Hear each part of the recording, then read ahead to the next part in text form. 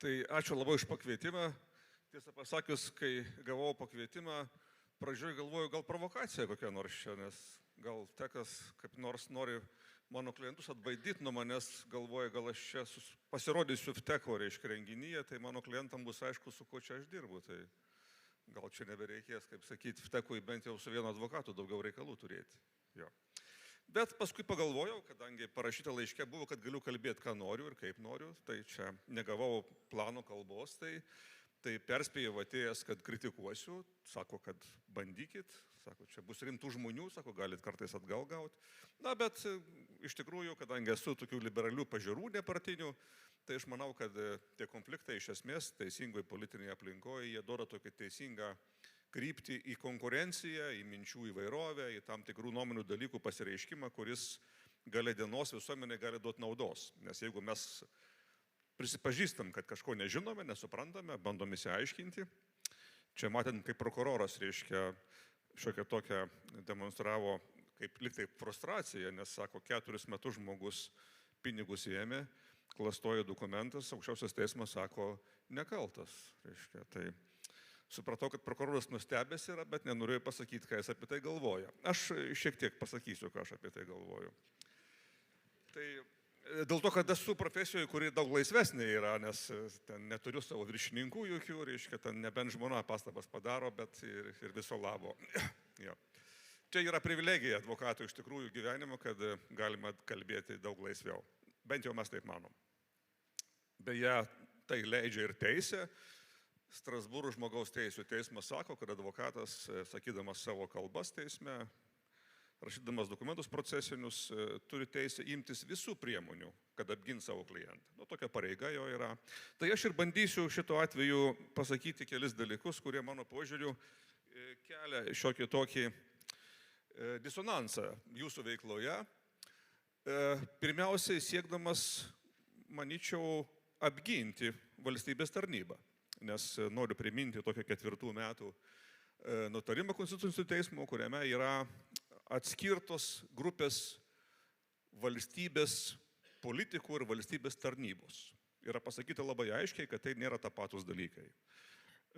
Valstybės politikai, iš esmės Seimo nariai, vyriausybės nariai, savivaldybių tarybų nariai, jie įgyvendina valstybinę valdžią. Valstybės tarnautojai, jie užtikrina viešą interesą ir priiminėja sprendimus administracinius. Iš esmės tai yra skirtingos veiklos. Pagal mūsų konstituciją tos funkcijos dėl valdžių padalijimų principų yra atskirtos. Mano klausimas, kuris nėra visai retorinis, kaip atsitiko taip, kaip tekas šitos asmenys pagal savo 5 straipsnį įstatymą viešųjų privačių surašė, reiškia, į vieną punktą, kad visų jų interesų konfliktus tyria pagal tą pačią procedūrą, su tam tikrais niuansais. Ir iš esmės visuomeniai yra siunčiamas pranešimas, kad valstybės politika yra tas pats, kas yra valstybės tarnyba. Taip nėra. Taip negali būti. Leiskit man šiek tiek pažvelgti plačiau į pasaulį, nes Lietuva mes nesam kažkoks tai kraštas, kuris yra užkampyje, esam pasaulio dalis. Matyt, visiems yra žinoma ta savoka, vartojama anglų kalboje kaip deep state, dėl ko tikriausiai nulėmė tai, kad Jungtinių valstijų prezidentu tapo Donaldas Trumpas, kuris sako, kad visa biurokratija, politika yra kiaurai susiję ir jų veikimas yra nukreiptas prieš visuomenės interesus. Ir su tokia pozicija jisai laimi rinkimus. Tas pats patruputėlį ateina ir į Lietuvą. Jeigu ir toliau valstybės tarnybos įstatyme, viešųjų privačių interesų derinimo įstatyme šitos dvi savokos, dvi grupės žmonių, politika ir valstybės tarnautojai nebus atskirtos, mano požiūriu ypatingai nukentės visa valstybės tarnyba. Todėl, kad žmonės, ką galvoja gatvėje, yra nemažiau svarbu negu formalioji teisė. Čia jūsų vadovas paminėjo tas savokas, regimybė ir formalumas, paminėjo aukščiausio teismo administracinio, vyriausiojo teismo jurisprudenciją, kurioje galima rasti sprendimų motyvų tiek dėl regimybės, tiek dėl formalaus egzistavimo numatyto įstatymė interesų konflikto. Na, teismai dažnai, kai pritrūksta argumentų, pasitelkia įvairių žodžius. Bet klausimas, ką daryti žmonėms. Tai vis dėlto, kas yra tas interesų konfliktas? Tikrasis. Ar tuomet, kai jisai yra formalus, nustatytas, ištirtas, įvardintas, ar vis dėlto, kai žmogus mato, kad tas interesų konfliktas yra. Pavyzdžiai, kurie mano požiūriu labai svarbus yra. Vienas yra susijęs su tekų sprendimu, labai nesenu mano požiūriu, tai būtent ministro pirmininko Palucko byloje dėl jo santykio, jo bendrovės santykių su Iltės paskola. Vtekas priėmė sprendimą, kad nekaltas. Nėra čia jokių interesų konfliktų ir taip toliau. Na gerai, bet faktai, kurie surašyti sprendime yra bent keli faktai, kurie leidžia man šiek tiek į tai žiūrėti kitaip. Kodėl? Pirmas dalykas. Žiūrint į datą, kada yra paskirtas ministras pirmininkas, ir žiūrint į datas, kada jisai savo bendrovė veikia kaip akcininkas ir priima sprendimus, kurie yra tiesiogiai susiję su paskolos gavimo iš valstybinių bankų. Tai yra pirmas dalykas, jis dalyvauja bendrovėje, padidinant bendrovės kapitalą įstatinį, todėl kad tai yra būtina sąlyga, kad gauta paskolą. Antras dalykas, dalyvauja sprendime, priimant akcininkų sprendimą imti tokią paskolą. Čia atsiranda taip pat tokių teisinių sąvokų problematika. Todėl, kad rasite tiek administracinių teismų jurisprudencijoje, tiek aukščiausioje teismų jurisprudencijoje, kad kas yra juridinis asmuo. Sako teismai dabar vis dažniau, kad tai yra fikcija. Iš esmės tai yra tie pats fiziniai asmenys, tai yra tie žmonės, kurie nori gauti naudos. Tai dabar, jeigu tas žmogus yra ministras pirmininkas ir jisai užsiiminėja verslu, jau nekalbant apie tai, kad Konstitucijai pasakyta yra, ko Seimo narys negali daryti, o jis taip pat yra ir Seimo narys. Aišku, Vtekas turi atsakymą, kad čia ne mūsų daržas, čia yra Seimo etikos ir procedūrų komisija, tenais eikite aiškintis. Bet vis tiek iškyla klausimas, ar žmogus, būdamas ministrų pirmininku, par excellence laipsnio valstybės, reiškia vadovas ar rašantis asmuo, daro veiksmus savo versle, kad gautų valstybinių banko paskolą ir čia nėra jokio pažeidimo interesų konfliktų. Aš suprantu, kad šituo atveju buvo vadovautamasi tuo formaliai, kad formaliai jo nėra.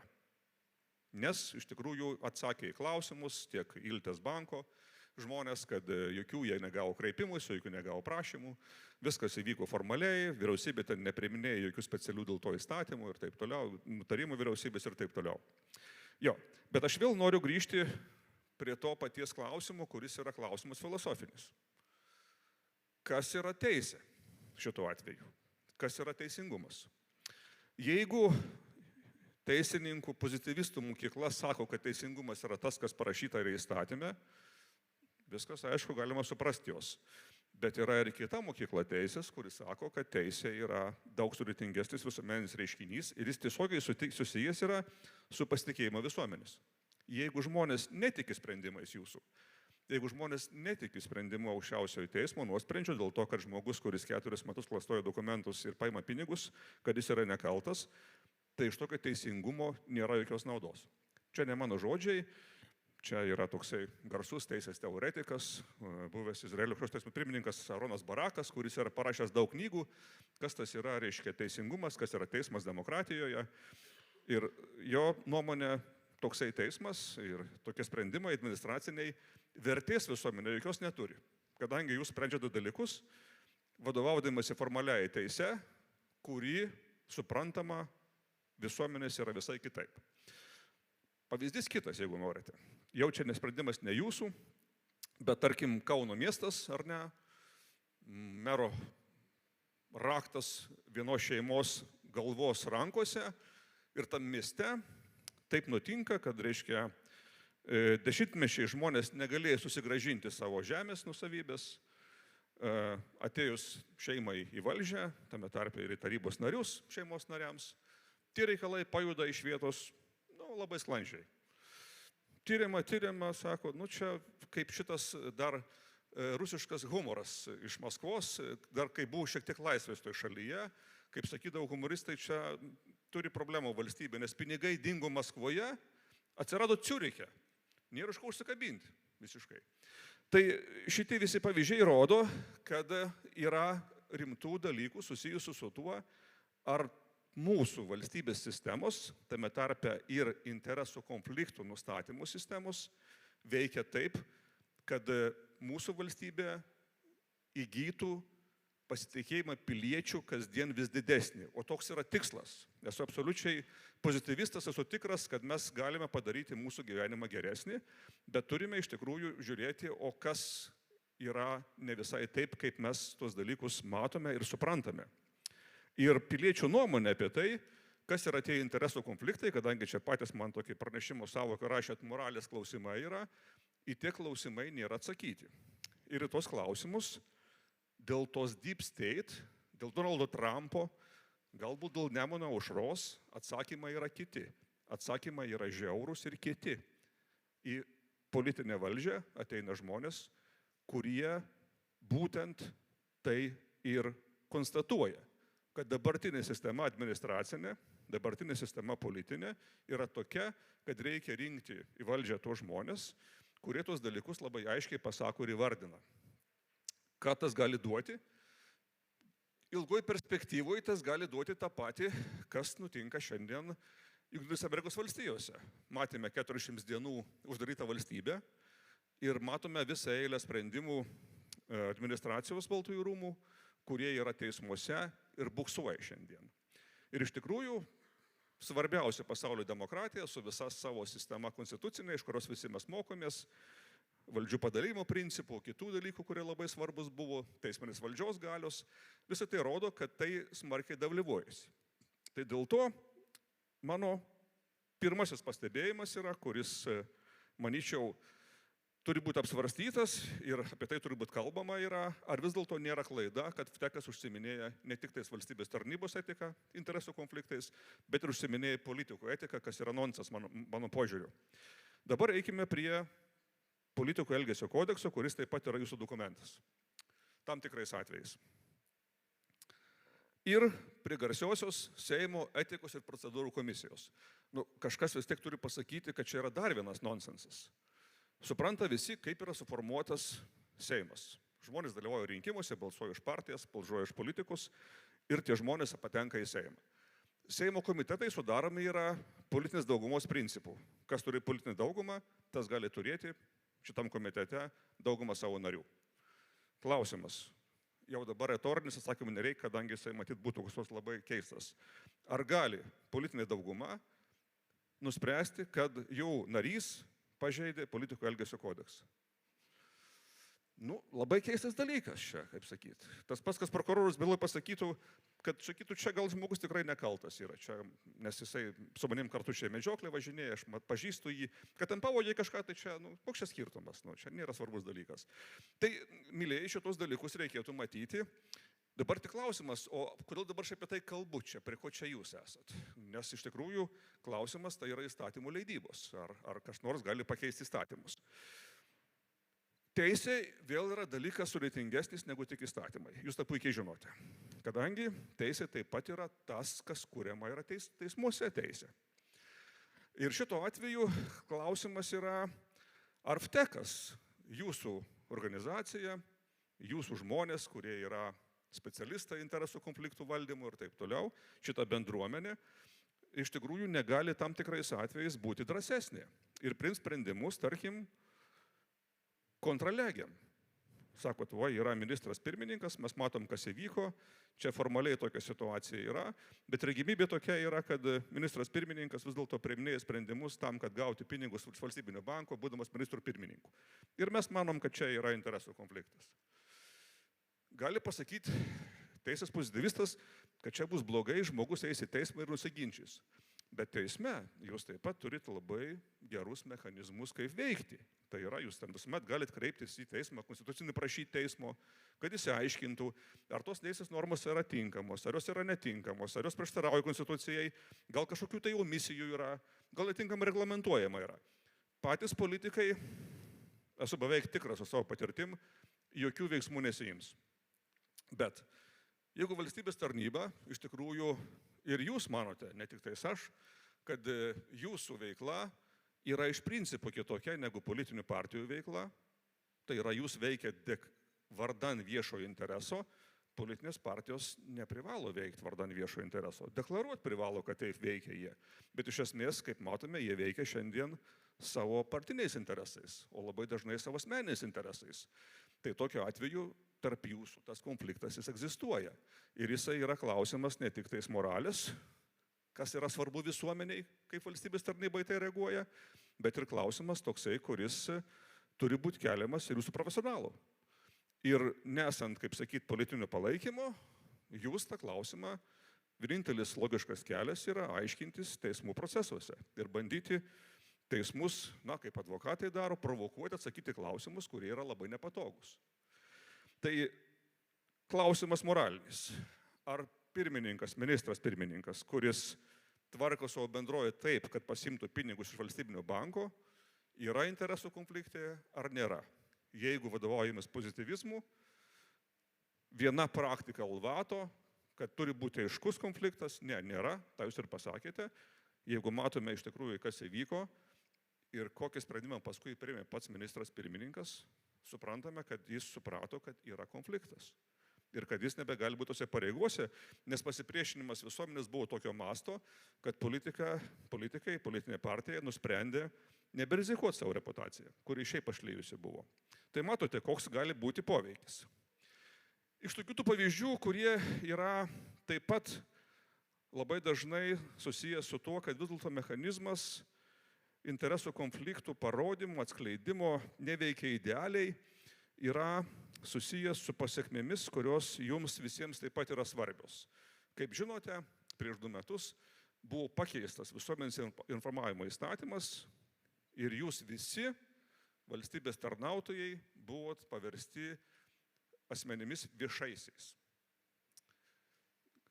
Trumpa priešistorija, kaip tai atsitiko ir kokios pasiekmės šiandien to yra.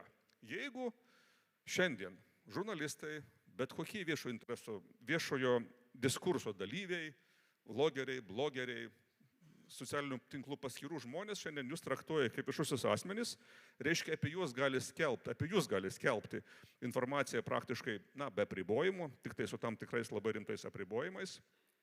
Klausimas, iš tikrųjų, o kaip tai atsitiko? Nes vėl, valstybės tarnyboje dirbantys žmonės, jeigu jie užtikrina viešą interesą, jeigu jie yra sergėtojai mūsų tvarkos administracinės įstatymų, žmogaus teisų gynėjai yra, tai klausimas yra toks jų viešumo laipsnius, susijęs su jų privačiu gyvenimu. Medžioklės reikalai, čia žvejybos reikalai ir taip toliau. Ar jis yra tapatus tam pačiam dalykui kaip ir politikų? Mes suprantame viduje, kad tai negali būti to pačio laipsnio viešumo dalykas ir vis dėlto valstybės tarnautojai yra kitokie asmenys negu politikai, kurie siekia įgyvendinti savo, kaip sakyti, biografijos poreikius, tapti politinė valdžia. Tai atsitiko po istorijos, kuri nutiko Klaipėdoje, gal kažkas ją žino tą istoriją, tai yra Atvira Klaipėda portalas interneto, kuris aprašė istoriją susijusiu su tuo, kad savivaldybės audito skyriuje dirba moteris, kurios sūnus turi privačią bendrovę, kurio yra akcininkas ir tas žmogus, ta bendrovė daug metų laimi viešuosius pirkimus apšviečiant Klaipėdos miestą.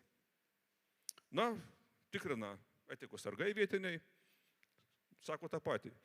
Pinigai dingo Maskvoje, atsirado Ciuriche, nėra ryšio jokio, nieko negalim rasti.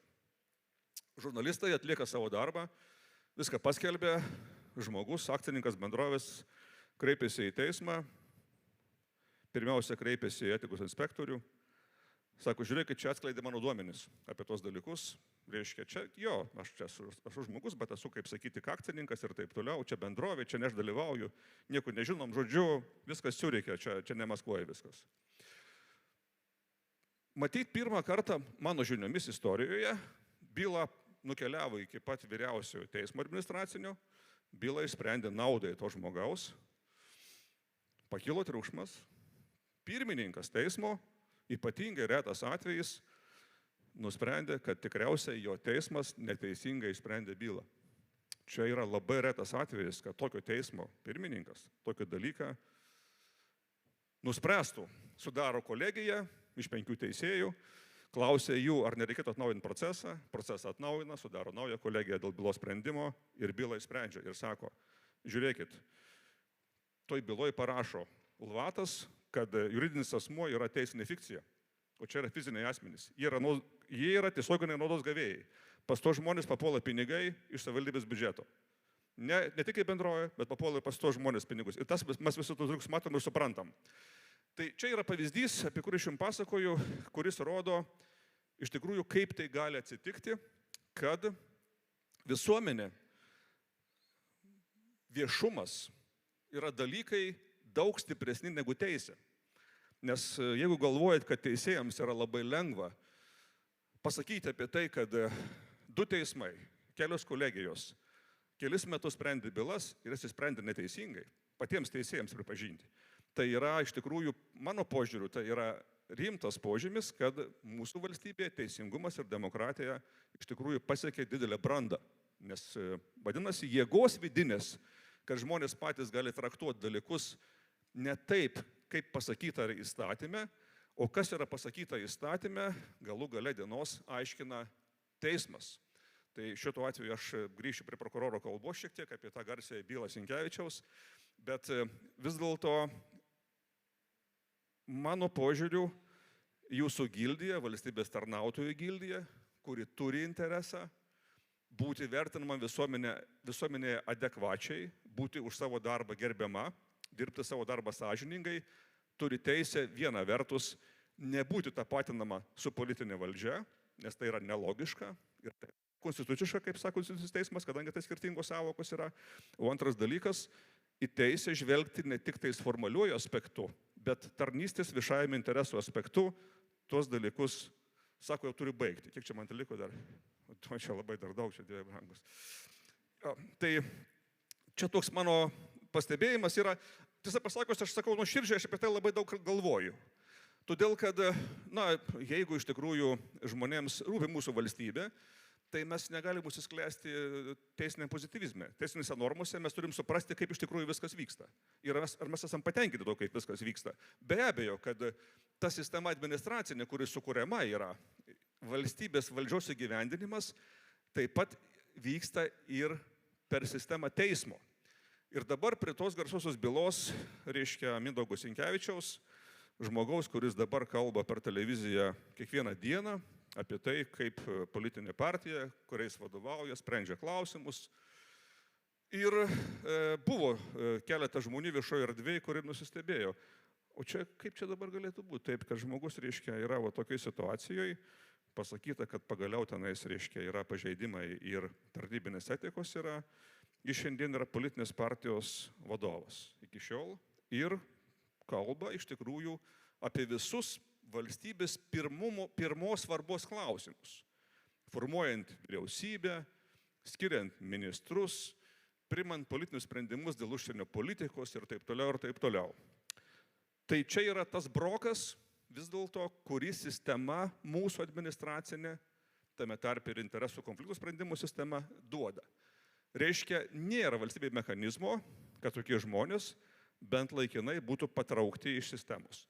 Prokurorai tai norėjo padaryti baudžiamosios teisės priemonėmis. Ir kas atsitiko? Buvo kalbėta, čia mano klausimas retorinis prokurorui, o kas būtų, pavyzdžiui, jeigu būtų pareikštas kaltinimas tik tais dėl pasisavinimo ir dėl klastojimo. Ir būtų, kaip sakyti, užmiršę piktnaudžiavimo dalykus. Tiesą pasakius tai, kad, reiškia, teismai nemato tokiais atvejais didelės žalos, tai vėl klausimas yra, ar mūsų net ir teismai, virš kurių tik dangus yra, ar kaip nors paskaito jurisprudenciją Konstitucinio teismo, kuriame prirašyta yra paklodės apie valstybės tarnybą ir kas tas yra didelė žala padaromas valstybės tarnyboje arba politikoje. Tai yra būtent tokio atveju, kai valstybė yra diskredituojama žmonių akise. Jo, gal sakytų baudžiamosios teisės pozityvistas, kad čia kažkoks dalykas mums yra labai neaiškus, kas ta neturtinė žala yra. Tai jeigu žmogui neaišku baudžiamoji teisė, kas yra neturtinė žala, tai tada gal klausimas gali iškeltas būti, gal tam žmogui neaišku ir kas ta valstybė yra. Ir kas tas žmonių pasitikėjimas yra, ar jisai svarbus ar nesvarbus yra. Žinoma, kur nors ten Maskvoje, ten Kremliui, ar Baltarusijoje pasitikėjimas, reiškia, jiems yra valdomas kitom priemonėm, kitais dalykais. Jiems nereikalinga gautos balsus yra.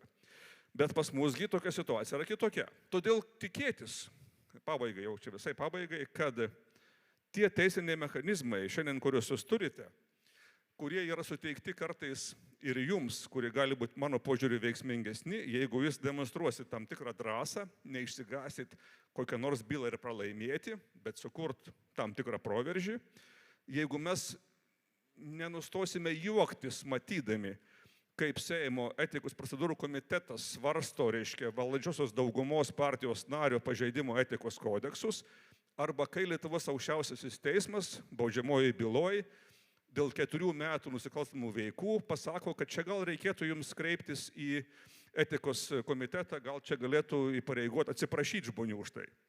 Tai jeigu tokie dalykai mūsų galvose liks kaip forminio susitaikinimo ir mes su tuo, kaip sakyti, blaiviai matysime, dėsime pastangas, manau, kad mes galėsime drąsiai žengti į priekį. Ko jums visiems ir linkiu.